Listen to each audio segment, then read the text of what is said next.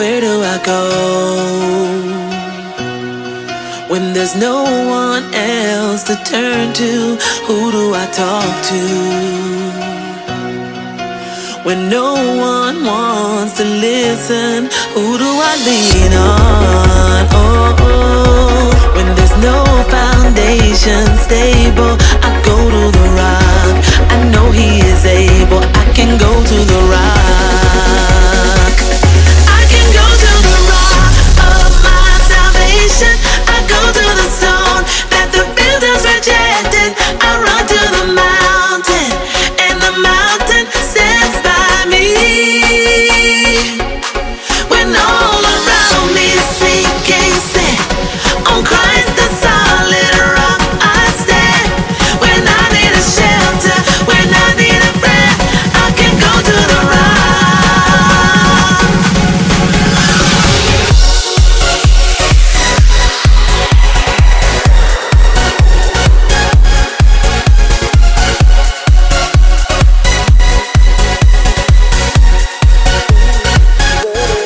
Where do I go when there's no one else to turn to?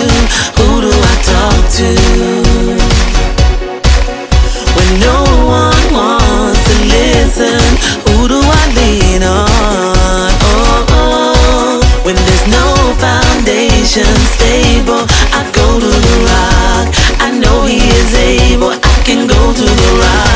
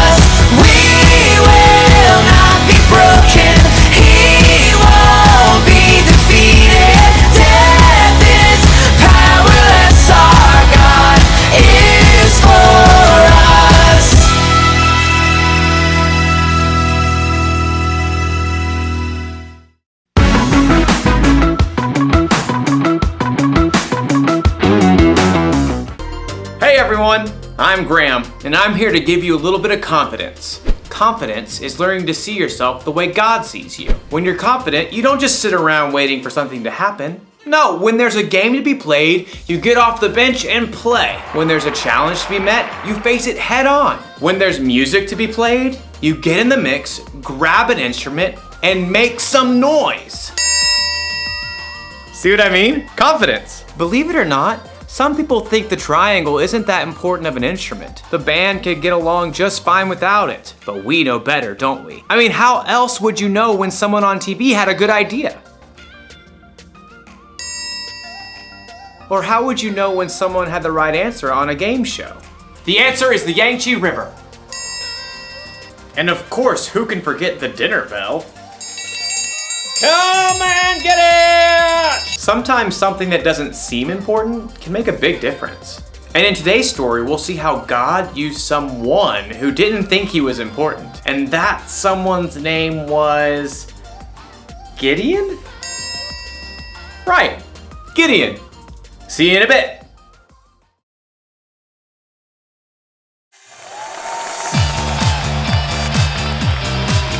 Up next on The Song, we have Brandon singing Lasagna.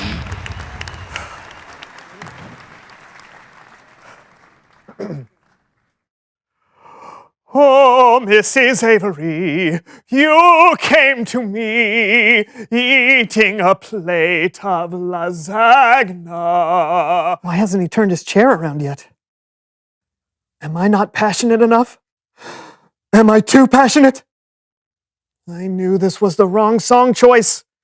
No one wants to hear a song about lasagna. Come on, Brandon. You can do this. Make him turn that chair. Make him feel the pain and joy within you as you sing the last line, Lasagna.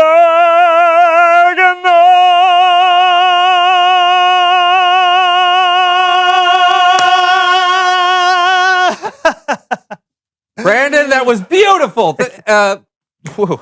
Okay, there we go. Brandon, it was beautiful. It stirred my soul deep inside. It was a multi-layered performance, like lasagna. It's got multiple layers, right? That's why I guess you guys like lasagna. I don't know what's going on with this chair. It won't stop spinning.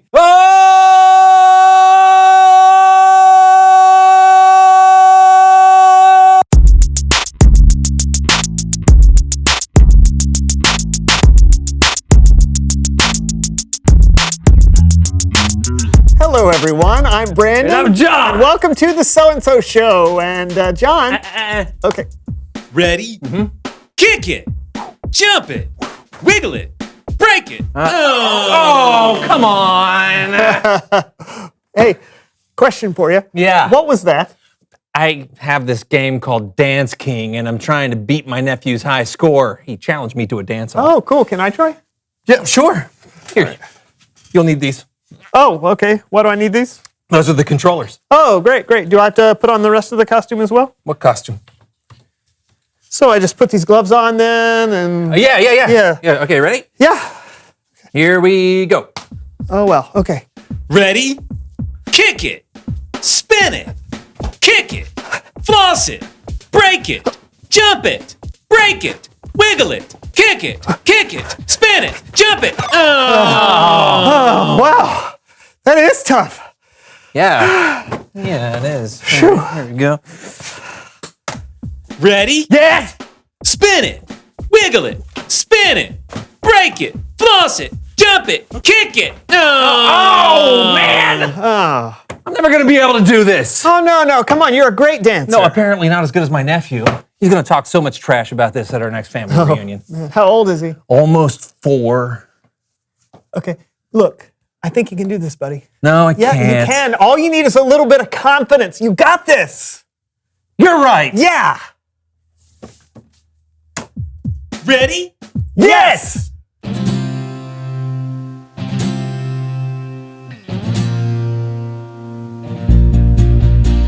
Ever since he was a young gent, his feet were made of fire. From the playground to the churchyard, all the people would admire. His moves have no equal, no matter who you bring. My middle-aged co-host sure dances like a king.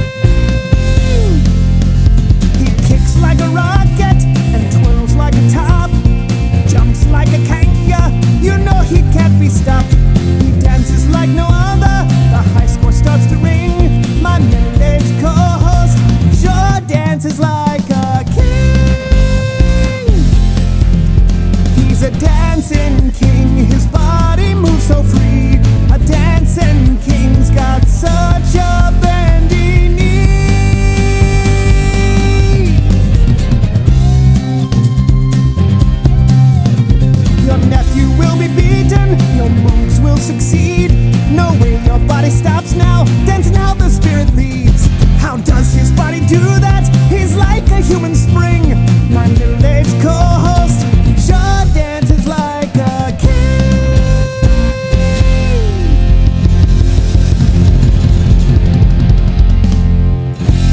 Oh, yes!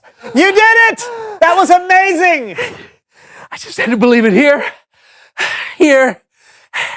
and here. Ow! Oh! Ouch! Ouch! Hot! Hot fire! Woo! It's Bible story time with Kellen.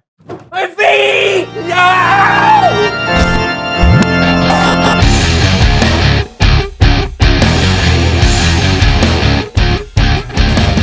What's up, my good people? Hey, not much, Kellen. You? Just here to tell the Bible story. Well, then by all means, take it away. Our story today comes from the book of Judges. Now, the Israelites had turned away from God. And when that happened, God's enemies came and destroyed the Israelites' crops and livestock. God's people were so terrified, they hid in caves from their enemies, the Midianites. Hey, Bert, you see any of them Israelites around here? No, but I see some of their crops. Whoa! Destroy them! Okay. Let's go. Good.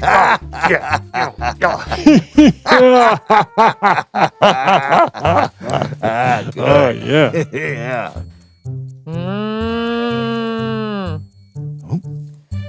Oh, hey, Bert. Catch!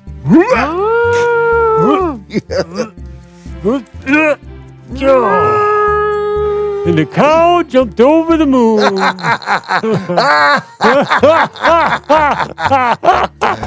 right. Oh, yeah. Same time tomorrow? See you then. All right. Oh, please, God help us. God heard his people's prayers. He had a plan to rescue them. So God sent an angel to a man named Gideon.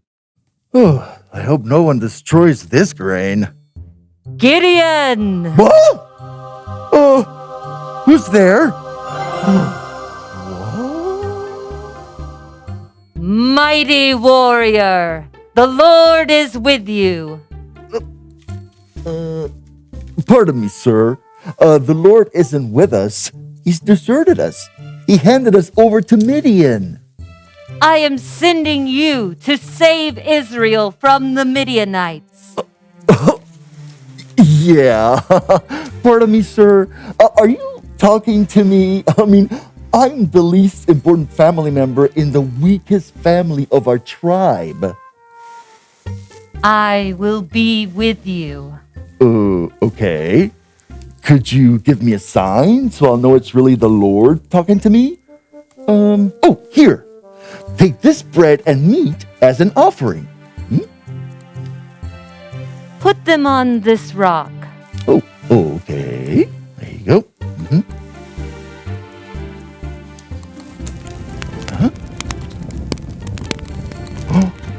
Whoa! Whoa! Gideon knew God wanted him to lead the Israelites, but he still wasn't confident he could do it. So he asked God for 2 more signs, and God patiently reminded Gideon that he was not alone. So Gideon gathered an army of 32,000 men. With this army of 32,000, we will defeat the Midianites. Gideon. Oh, Lord. You have too many men. Too many? God told Gideon that if the army had too many soldiers, the Israelites might think they defeated the Midianites all by themselves. The Lord wanted his people to put all their confidence in him. So God told Gideon what to say. Okay, so here's the deal. If any of you are scared, you can go home. What? Huh? Did he say Really? No, I don't believe him. This is some kind of a trick. Joking. Oh, Nope. Not a joke. If you tremble with fear, you can go. All right. okay then. Hey, See yeah, ya. no day. How's that, God? Still too many. It's true. God wanted even fewer soldiers. He told Gideon to take his army down to the water to drink. How they drank the water would determine if they stayed or went home. All right. If you lap the water up with your hands, you can stay. Everyone who got down on their knees and drank directly from the water can go home. All right. Okay then. Hey, See yeah, ya. no nay. Well, okay. How many are left? 300. Oh, boy. We got Hey, this. no, don't worry. Let's go do it. Okay, if you want.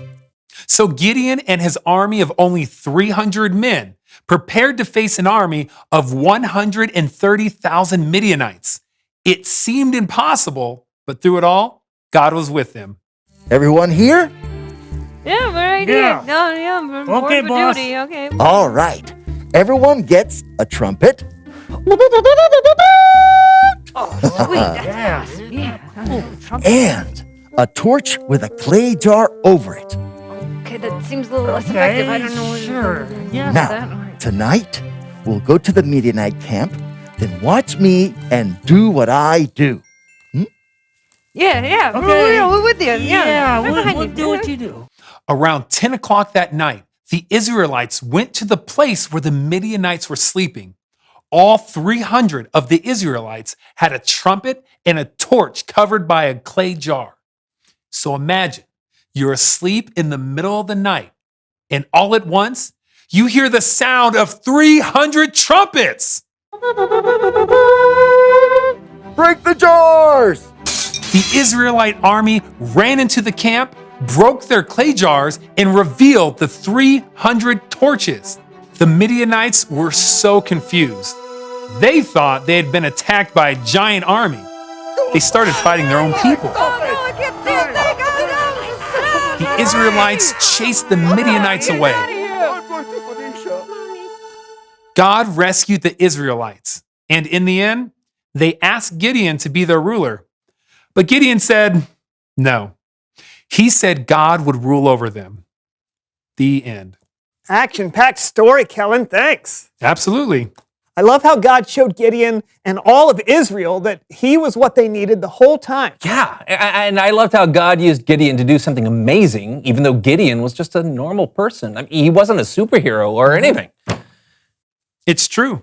God can use any of us to do great things. That's why we should put our confidence in him. Really great. Thanks, Kellen. Anytime. I'll see you guys later. Bye, man. Wow, God can use any of us. He could use me. Brandon, me! I know. But how, Brandon? How? Let's find out. Reveal the question.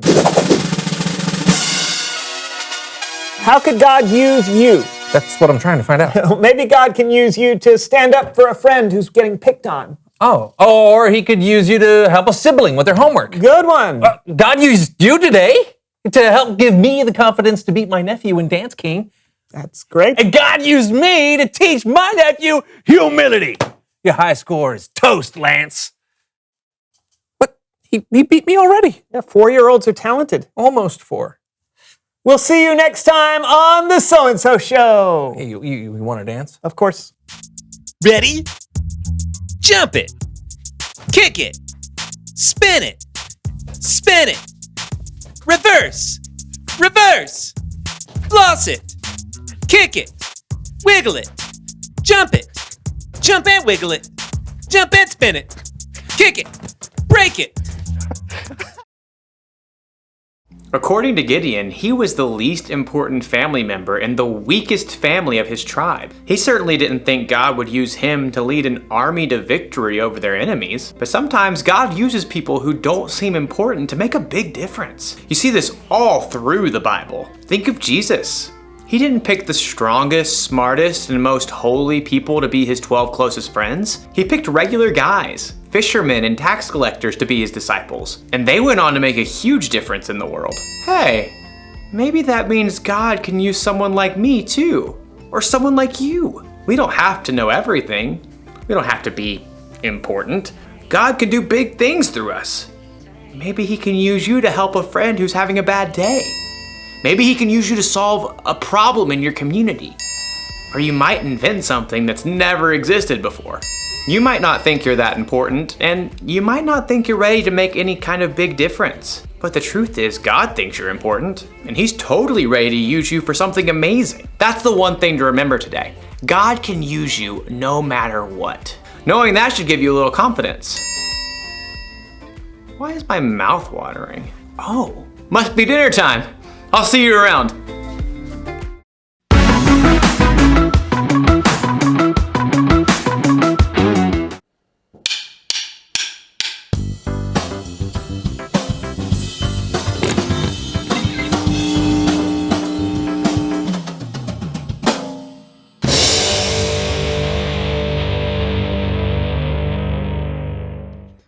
What gives you confidence to face your day?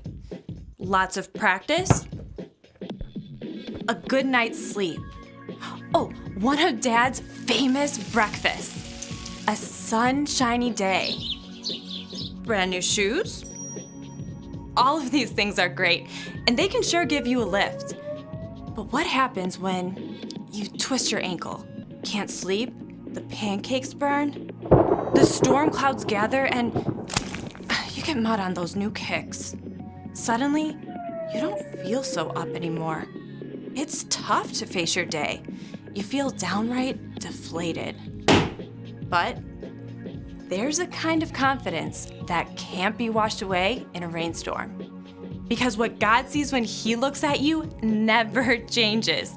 In God's eyes, you are chosen, accepted, valuable, created for a purpose, loved beyond your wildest imagination. And when you learn to see yourself the way God does, you can face anything. Because God's view of you will never change to the end of time and beyond. When you have confidence to get in the mix, others can see God at work in you. That's why confidence is an amazing way to worship God with your life. Because worship is about more than just singing loud. It's all about living loud.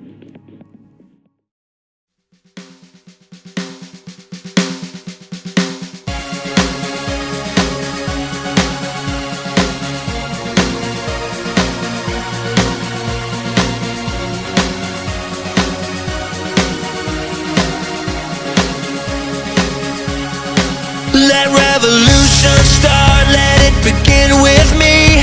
You're the king of my heart and you have set me free. I wanna shout it out, I want the whole world to see your love. From the moment time began, you had a purpose, you had a plan. You hold my future in your hands and I believe it's true. You reached out and you rescued me. You gave me love for the world to see.